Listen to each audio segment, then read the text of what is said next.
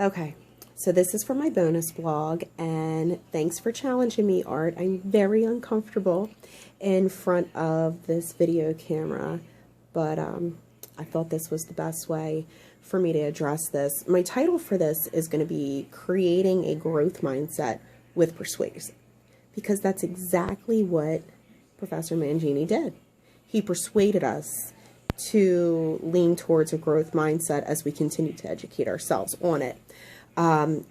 With the class summary, it was different, but it was exciting for the students to actually lead the class, to feed off of each other with no verbal instruction from the professor. And this was something that he addressed on the first day, and I was very excited to see how his non-traditional method would work with students. And I think we did good. I think we rock. Good job. Let me see if there's anything else I wanted to touch on that. And like I said, my reaction, it was great to hear. It was good to hear from students that I haven't heard from yet, that I haven't heard their voices, and to hear what they say and the way that they put it. I mean, it was good for that. I really enjoyed that portion of it.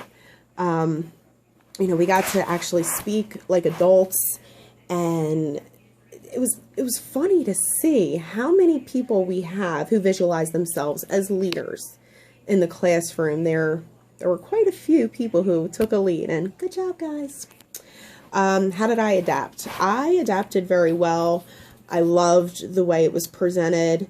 I listened to a lot of classmates and the things that they were shouting out as, you know, Mr. M grunted, slapped, nodded up and down, you know, all those different things. So I did feed off of a lot of my classmates, and I paid more attention. Took more in-depth notes and questions in my margins. Is this what he meant? So that was kind of fun. Why did he do this? Let's think.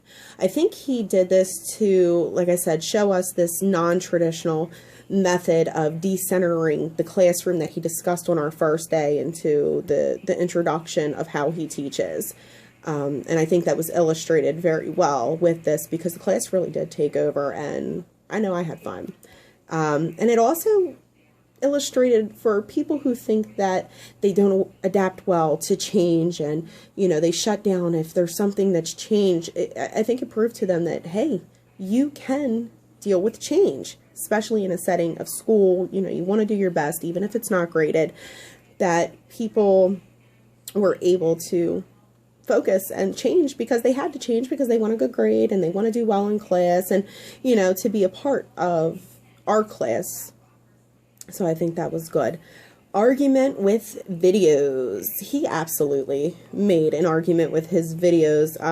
The first four were very informative as far as what is the difference between the mindsets, the science that's proving that the growth mindset is better than the fixed mindset, and the rats with the brains and the brains weighing more.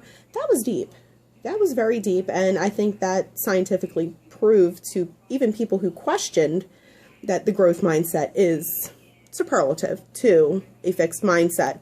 And then with the following videos, using people we knew, John Legend, and even people we could relate to as far as the student success stories, he showed us that using a growth mindset, you can handle everyday life setbacks, and then in turn switch it to something great in the end. You can learn from it. And, you know, the videos, I mean, they didn't say, but they depicted that if you have a fixed mindset, when you have these life setbacks, you're going to shut down, and you're not going to grow from them. You're not going to become great. You're not going to reach for the stars, so to speak. And I thought that was interesting as well. Should be persuasive. And the arrangement. I mean, we discussed the arrangement towards the end of class last week anyway. The way that he arranged these videos as, what is it? What does it help? And then showing the success stories, the way that it was arranged definitely persuaded anyone viewing it to believe that the growth mindset is better than the fixed mindset, and that you can accomplish much more. And if you have a fixed mindset, it's going to be really hard to get any further than where you are. You might end up, mediocre, able to make it day to day, maybe even squirrel a little bit away at the end of the month. But you're not gonna be great without a growth mindset. And I do agree with this. I can't help but agree that the growth mindset is better.